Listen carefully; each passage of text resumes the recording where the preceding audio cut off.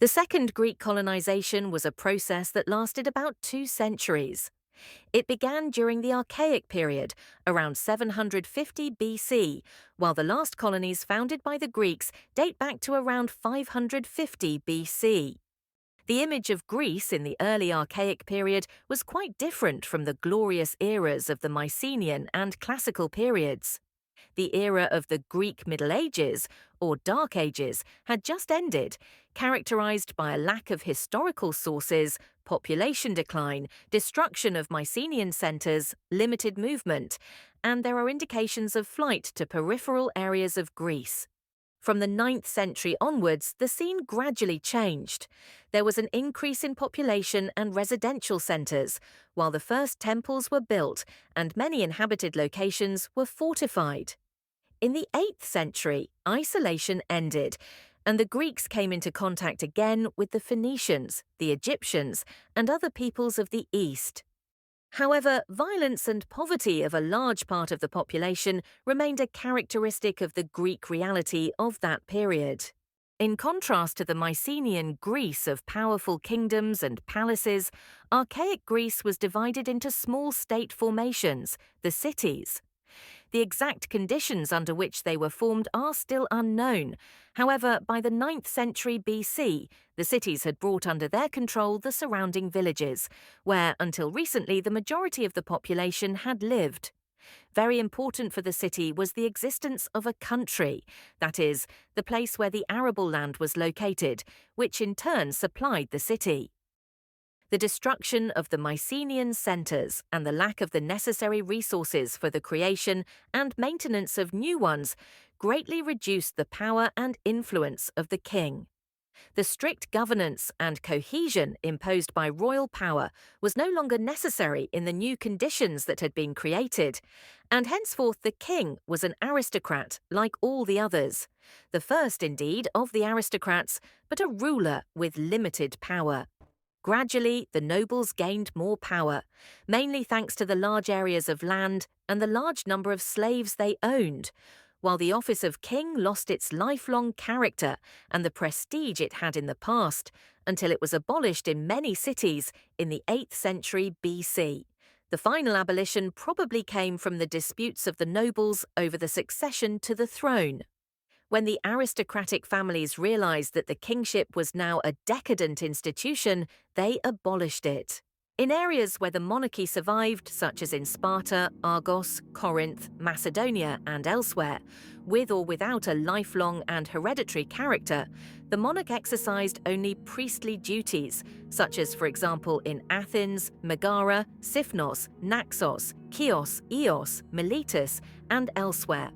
This system of government was called oligarchy, as power was exercised by the few. The narrow circle of the oligarchy included noblemen, whose landholdings and income exceeded a certain established limit. However, in each city the criteria varied.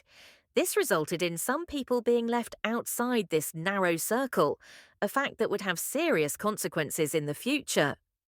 The reasons that led many Greeks to leave their homeland are of a diverse nature, economic, social, and political, which, as we will see, are inextricably linked to each other. It should also be noted that, given that it is difficult for someone to leave their homeland, the motivations that pushed many of the people of that era to emigrate must have been particularly strong. The extensive and radical changes that took place within the Greek world created new problems.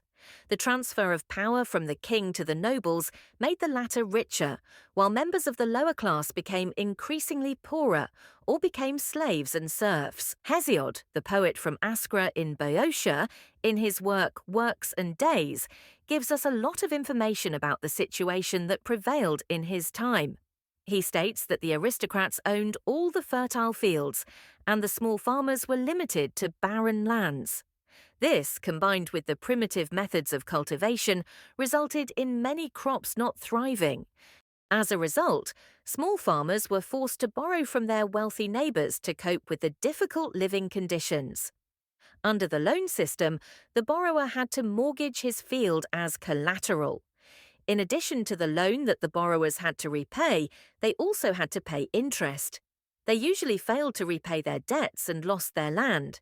Soon they would borrow again, this time mortgaging themselves, which led many into slavery. The gradual accumulation of wealth in the hands of the nobility led to an increasing demand for better quality products than could be supplied by unskilled artisans and workers. To cope with these difficult conditions, the poor turned to handicrafts. Those who were skilled enough acquired the wealth they needed to buy slaves. Crafts that owned slaves could make a lot of money. Over time, even the nobles became involved in crafts. With the development of crafts, cities also grew as people concentrated in them, abandoning agriculture and turning their interest to crafts. The Greek area began to be characterized by relative overpopulation, a periodic phenomenon in Greek history. Evidence that confirms this view is Hesiod's advice to limit children to only one. It is obvious that Greece at that time had a shortage of wheat. In Thera, for example, a drought worsened the situation to the point that the inhabitants went so far as to forbid those who had left in search of land from returning within 5 years. Grain requirements forced many small farmers to limit themselves to having only one child. To save food and for reasons related to inheritance, a descendant without siblings could inherit the entire estate rather than share it. The development of crafts also had another consequence. The increase in craft workshops led to competition for markets, the need to find new markets for the export of products, and the need to import raw materials, such as iron. At the same time, the development of crafts gave the most capable craftsmen the opportunity to compete with the aristocrats in wealth and even in political dominance. The gap between the aristocrats and the common people was constantly growing because the latter operated exclusively on the basis of serving their own interests. The situation was worsened by the refusal of the aristocrats to grant political rights, and as a result, access to political power was limited to the hereditary aristocracy. Popular discontent grew more and more, causing ordinary free citizens to seriously consider leaving their homeland for other regions, where they could live comfortably and participate in the exercise of power. The same way of thinking also possessed those wealthy people who did not belong to the inner circle of the ruling aristocracy. Seeing this, the wealthy aristocrats realized that they had to help those interested in leaving in order to be able to maintain themselves in power. On the one hand, the people who resented them, and on the other, an ambitious demagogue who would deprive them of power. The emigration of a large part of the population could prevent the emergence of violent opposition movements.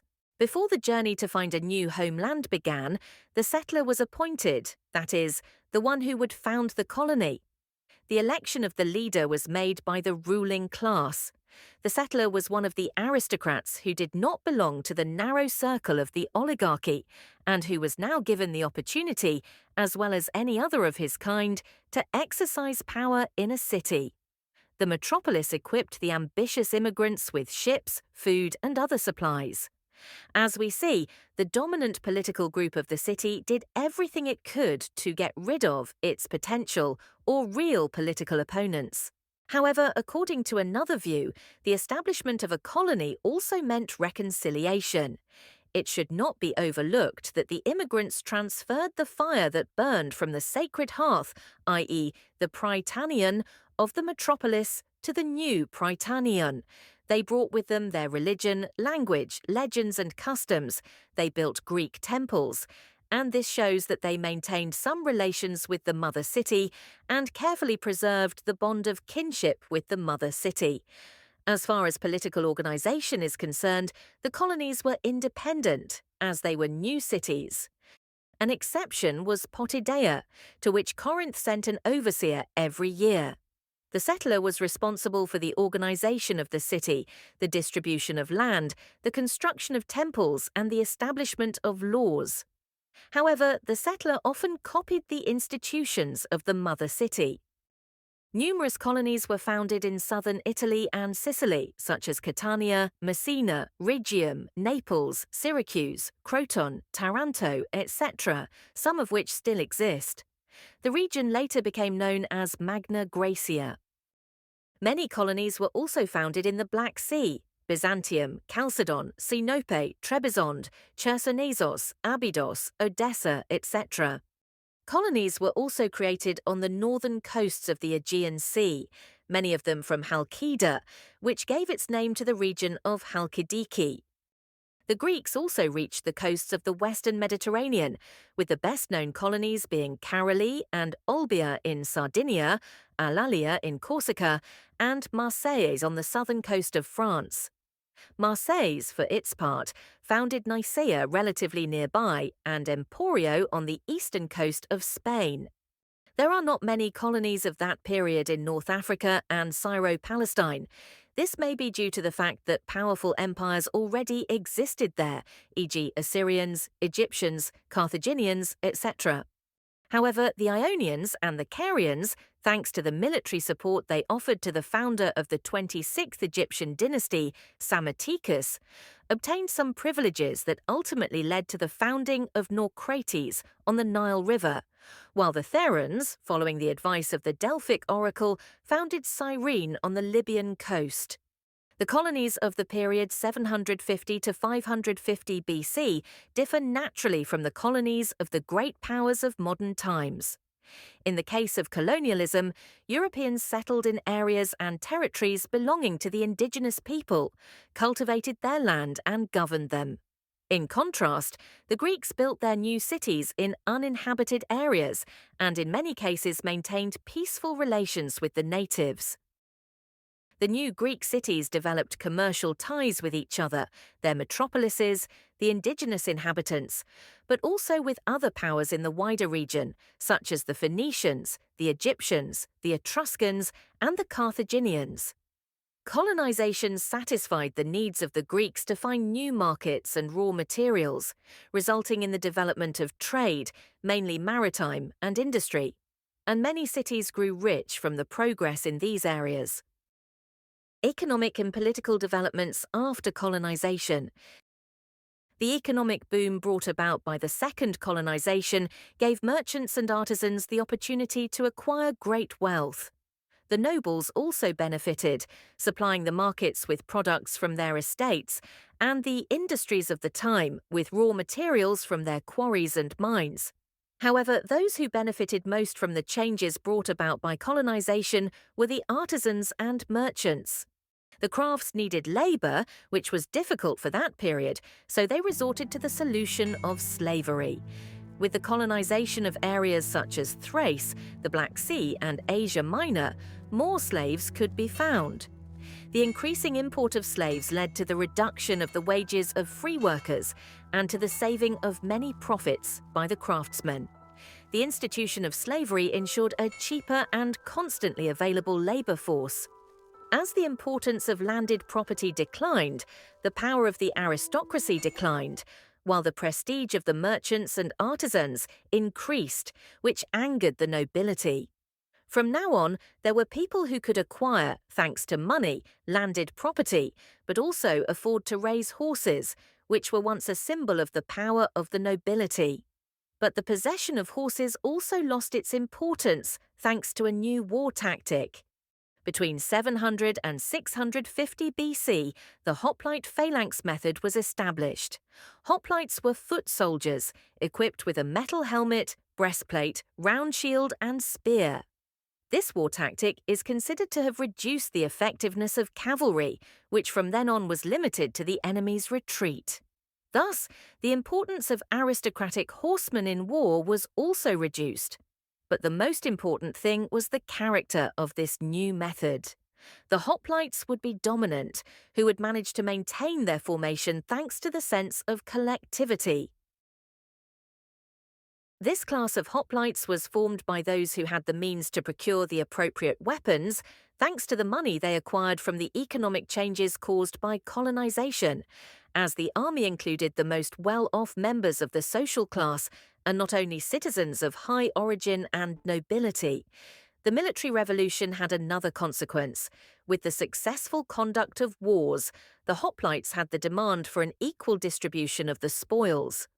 This class acquired more rights, and gradually, after conquering territories, demanded their equal distribution until it had the power to demand political rights.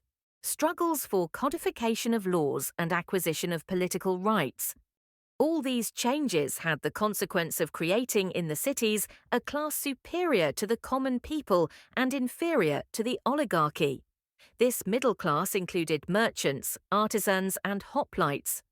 The rise of commercial exchanges, which particularly benefited merchants and artisans, transformed the aristocracy based on blood, origin, into aristocracy based on money. The oligarchic class at first did not pay attention to the appearance of these newly rich. However, some nobles, seeing that they were gradually losing their monopoly of power, began to associate themselves with them through marriages and consanguinity.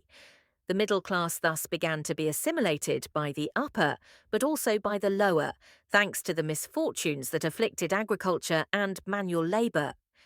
What is then observed is the demand of the lower strata of the oligarchy to demand the recording and codification of the laws, which until recently were not accessible to everyone in order to limit the arbitrariness of the aristocrats. A demand that in some cases was carried out following uprisings. The work of codification was undertaken by personalities known as legislators, such as Zaleucus from Locri in southern Italy, Charondas of Catania, Pittacus of Mytilene, Draco and Solon of Athens. As for the demands for the acquisition of political rights, these were partially fulfilled after fierce struggles of the demos against the oligarchy, with the implementation of the timocratic regimes, in the framework of which power is distributed according to income. The timocratic regimes gradually contributed to the limitation of the power of the oligarchs, and sometimes to the creation of the first democratic institutions. Of course, this was only the beginning. The people constantly fought for the reduction of the privileges of the ruling class, while the latter fought to maintain its exceptional privileges.